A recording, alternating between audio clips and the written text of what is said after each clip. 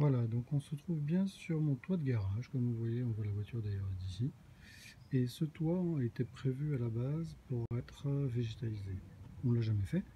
Par contre, on est en train de végétaliser, mais par des bacs. Donc vous voyez ici les différents bacs qui sont placés dessus. Donc le premier, qui est une cagette dans laquelle on a planté des courges butternut, ainsi que des pieds de tomates au milieu. Donc ça fait un mélange des deux, on verra bien ce qui poussera, ce qui sortira ou ce qui arrivera jusqu'au bout. Sur le côté maintenant, vous voyez des pommes de terre passion. Là, c'est des aubergines. Ici, des melons. Les melons, ça marche pas terrible chez nous. Donc, c'est la deuxième année. Je pense que ce sera la dernière. Encore des pommes de terre passion. Là, en fait, c'est des pommes de terre que je viens juste de planter, qui sont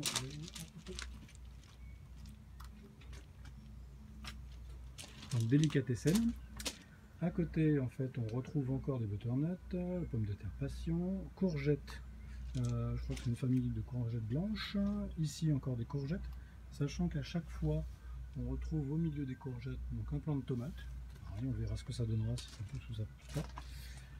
Là, on trouve, donc ça, c'est de la charlotte, toujours pommes de terre.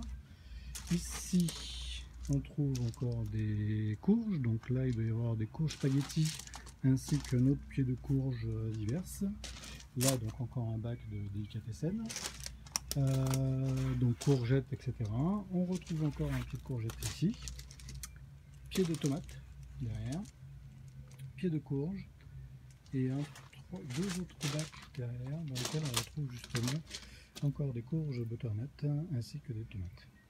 Et sur ce côté, là on a un immense bac qui a été monté donc l'année dernière, dans lequel on fait pousser différentes plantes qui sont des petits pois avec au milieu des carottes et sur le côté donc des poireaux. Les carottes, je ne suis pas convaincu et je ne sais pas ce que ça va donner. Il n'y en a que quelques-uns qui sont sortis de terre. Au-dessus, justement, on a des petits pois, avec dans le fond encore un reste de semis qui est sorti. Sur le côté, des tentatives de bouturage à partir des pieds de gourmands de tomates. Donc comme on voit, c'est assez original, mais c'est censé marcher. Je pense que celui-là est bien parti pour arriver au bout. Pour les autres, on verra bien. On a encore des petits pois par ici. Là, un pied de piment, donc piment de Cayenne, qui est très bien, qui se développe. D'ailleurs, on voit qu'on a deux petits piments qui sont à l'intérieur.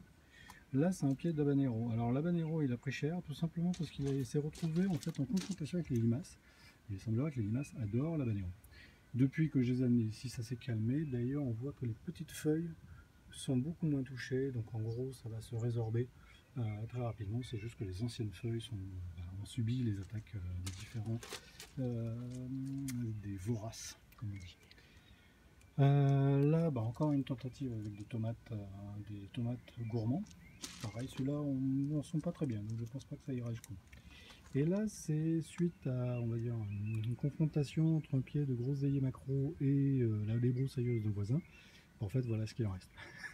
Donc, j'ai récupéré les branches et donc on va tenter, à partir de ces branches, de faire une bouture et de voir si ça arrive au bout. Et si on arrive à sortir des pieds à partir de ça, pareil, ça va vraiment être une tentative parce que je suis pas convaincu du résultat. On verra bien.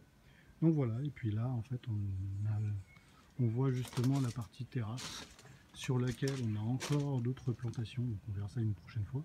Et dans le fond on fait toute une partie un peu forestière et de terrain vague. Voilà.